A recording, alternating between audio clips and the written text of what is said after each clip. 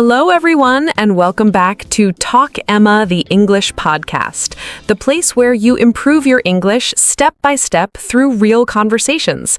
I'm Emma. And I'm Jack. And we are really happy you are here with us today. Maybe you're listening while driving, walking, cooking, or just relaxing with a cup of coffee. Wherever you are, thank you for pressing play and learning English with us. And before we jump into today's topic, we have a small favor to ask. Yes, if this podcast helps you improve your English speaking confidence, please follow the podcast and share it with one friend who is also learning English. Learning English becomes much easier when you practice together. Exactly. All right, Jack, today's topic is something many learners hear about but still feel confused about. Oh yes, the famous grammar topic. Active voice and passive voice. I remember when I first heard these terms in school, I thought they sounded very serious. Yes, the names themselves sound complicated. Active voice, passive voice. But the truth is, the idea behind them is actually very simple. And today, our goal is not just grammar rules. Exactly. Our goal is to help you understand how people really use these structures in everyday English. By the end of this episode, you will understand what active voice is, what passive voice is, why we use passive voice, and how to sound more natural when speaking English. And we'll also practice with examples, little stories, and some fun situations. Because grammar becomes easier when it feels like a conversation, not a textbook. Exactly. All right, let's begin with a very simple question. What is active voice? Active voice is the most common way we speak in English. In active voice, the subject does the action. Let's say that again slowly because this is the key idea. In active voice, the subject performs the action. Let's look at a very simple sentence. Paul cooked dinner. In this sentence, subject equals Paul, action equals cooked, object equals dinner. So Paul is the person doing the action, which means the sentence is active voice. Let's try another one. Maria wrote an email. Who did the action? Maria. Exactly. Another one. The teacher explained the lesson. Again, the subject is doing the action. Teacher explained. And this is why most English sentences are active voice. Because they are clear, direct, and easy to understand. Active voice feels natural in conversation. And that's why when people learn English speaking, they usually use active voice most of the time. But sometimes English speakers use passive voice instead. And this is where many learners get confused. Yes, because suddenly the sentence structure changes. Let's look at the same sentence again. Active sentence, Jack cooked dinner. Now we change it to passive voice. Dinner was cooked by Jack. Now something interesting happened. The focus of the sentence changed. Instead of starting with Jack, we started with dinner. The object became the main subject of the sentence. So, in passive voice, the action is more important than the person doing the action. Exactly. Let's try another example. Active voice, the company built the bridge. Passive voice, the bridge was built by the company. Notice the structure here. Passive voice usually follows this pattern: object plus be verb plus past participle. Let's break that down slowly. Example, the bridge was built by the company. Bridge translates to subject, was translates to be verb, built translates to past participle. Don't worry if past participle sounds technical. Yes, that's just the third form of a verb. Examples: eat translates to eaten. Build translates to built. Write translates to written. So passive voice is usually be plus past participle. Exactly. Now this is the most important question. Because many learners ask, why do we even need passive voice? Good question. There are 3 common reasons. Example, the Mona Lisa was painted in the 1500s. Here, we care more about the painting, not the painter. Yes, the action is the focus. Example, my phone was stolen. We don't know who stole it. So passive voice sounds natural. Example, the criminal was arrested. Who arrested the criminal? Probably the police. But we don't need to say it. Exactly. Can I give a funny example? Please do. Imagine this sentence. Someone ate the cake. Suspicious. Now imagine a child talking to their parents. Instead of saying, I ate the cake, they say, the cake was eaten. Ah, yes, the classic passive voice excuse. Nobody knows who ate it. The cake just disappeared magically. Passive voice can be very useful in these situations. Or very suspicious. Exactly. So we learned what active voice is, what passive voice is, how the sentence structure changes, why passive voice exists, but we still need to answer some important questions. For example, when should you avoid passive voice? When does passive voice sound too formal? And how can learners use it naturally in real conversation? All right, we explained the basic idea of active voice and passive voice. Yes, we learned that active voice is when the subject does the action, and passive voice is when the focus moves to the action or the object. Exactly. But now comes the real question many learners have. Because if you only read grammar books, passive voice can look very common. But when you listen to real conversations, you will notice something interesting. People do not use passive voice all the time. In fact, in daily conversation, active voice is usually much more common. And there is a very good reason for that. Active voice sounds clearer, stronger, and more direct. Let's compare two sentences.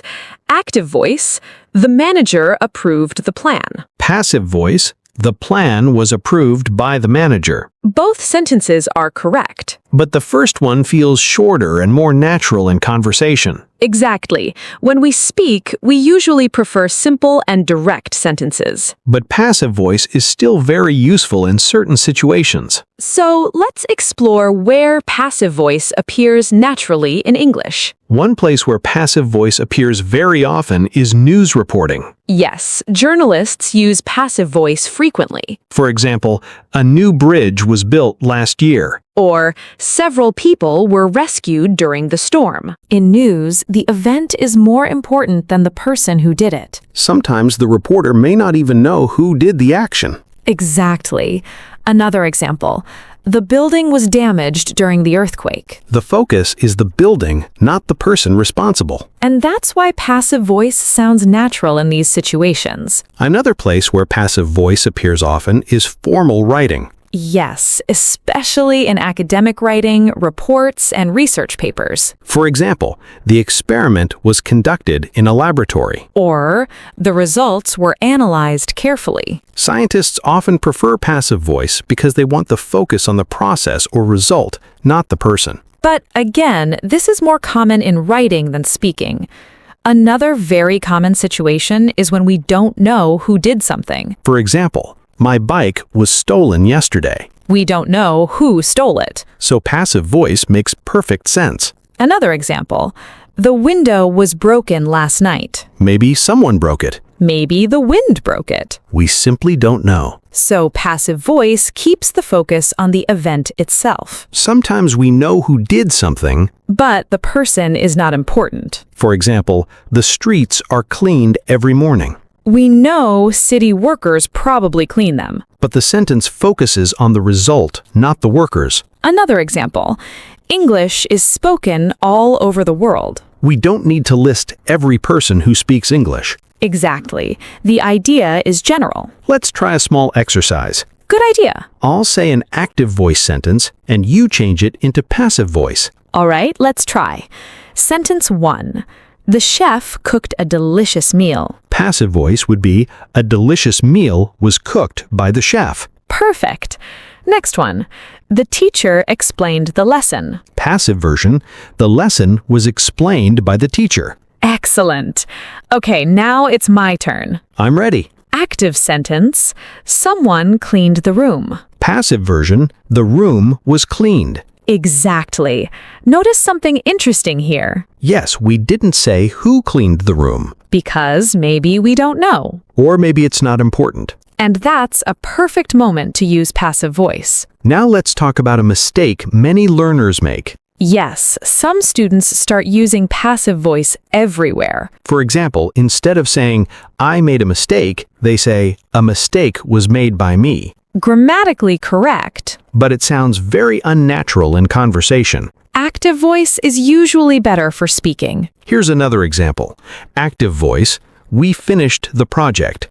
Passive voice, the project was finished by us. Again, both are correct. But the active version sounds simpler and stronger. So here is a helpful rule. Use active voice when the doer is important. Use passive voice when the action or result is more important. That rule will help you 90% of the time. Let's imagine a funny situation. Okay. Imagine two roommates in an apartment. All right. One roommate walks into the kitchen and sees a huge mess. Dishes everywhere. Food on the table. Chaos. So the roommate asks, "Who made this mess?" Now imagine the guilty roommate answers, mistakes were made. That's passive voice again. Yes, and it sounds like they are avoiding responsibility. Exactly. Passive voice can sometimes make things sound less direct. Which is why politicians love passive voice. Yes. Instead of saying, "We made a mistake,"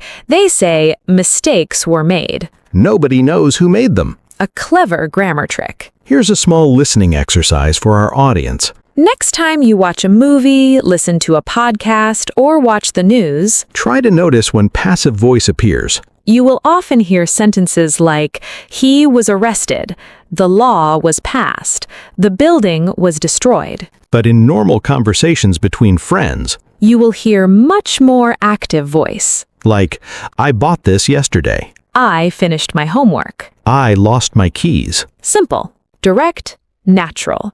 So, we explored when passive voice appears naturally, why active voice is more common in speaking, common mistakes learners make, and some fun real-life examples. But we still have one very important thing left. Yes, all right. Now we arrive at the most important part of today's episode. Yes, we understood the basic difference between active voice and passive voice. And we talked about when passive voice is used in real life. Now we will make something very clear for our listeners. We will show how to actually build passive voice step by step.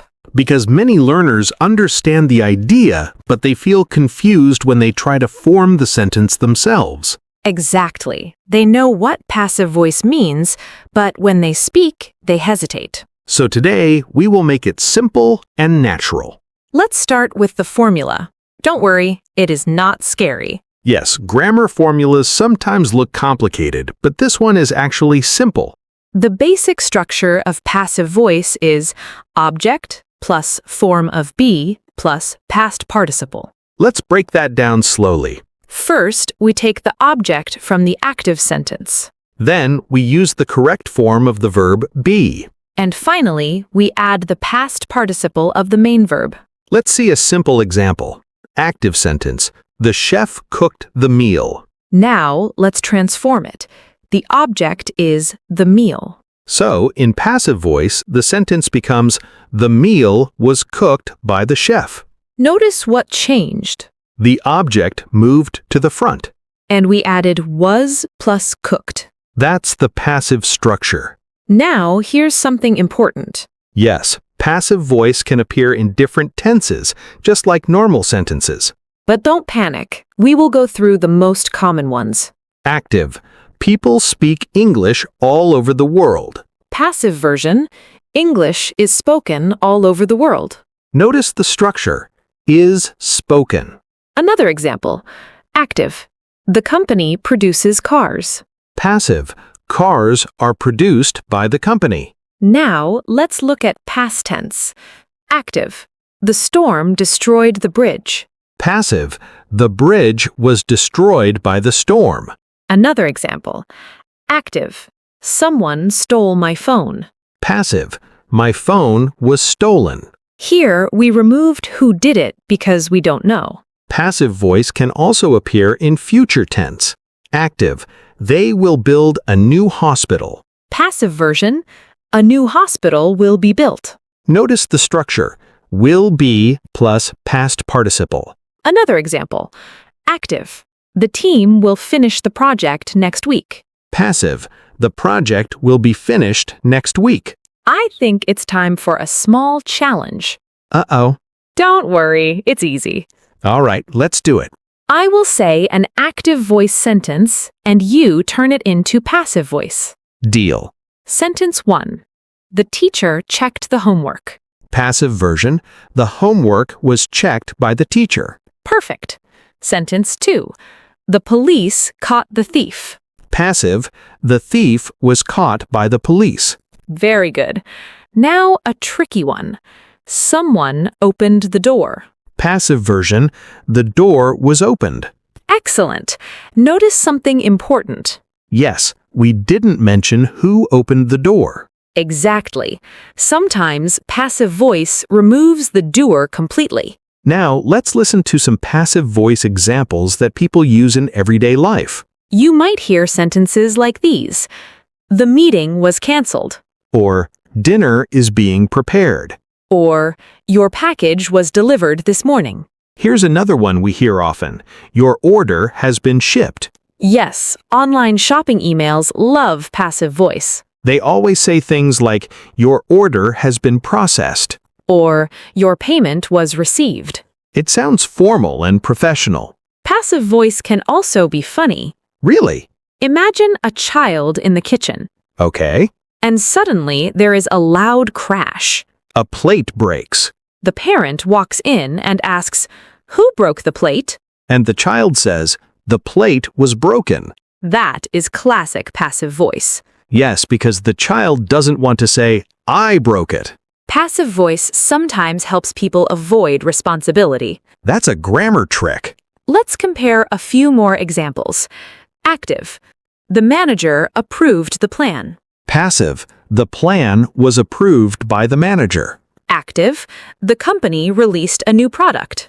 Passive. A new product was released. Active. Someone cleaned the office. Passive. The office was cleaned. You can see the pattern clearly now. Yes, active voice focuses on who does the action. Passive voice focuses on what happens. If you ever feel confused about which one to use, remember this rule. Active voice is best when the doer is important. Passive voice is best when the action or result is more important. That rule will help you in most situations. All right, before we finish today's episode, let's quickly review everything we learned. Good idea. First, we learned the difference between active and passive voice. Active voice, the subject does the action. Passive voice, the subject receives the action. Second, we learned the basic formula. Object plus be plus past participle. Third, we saw passive voice in different tenses. Present passive, past passive, and future passive. And finally, we practiced many real-life examples. Exactly. And remember something important. You don't need to use passive voice all the time. In fact, most daily conversations use active voice. Passive voice is just another tool in your English toolbox. And the more you listen and practice, the more natural it will feel.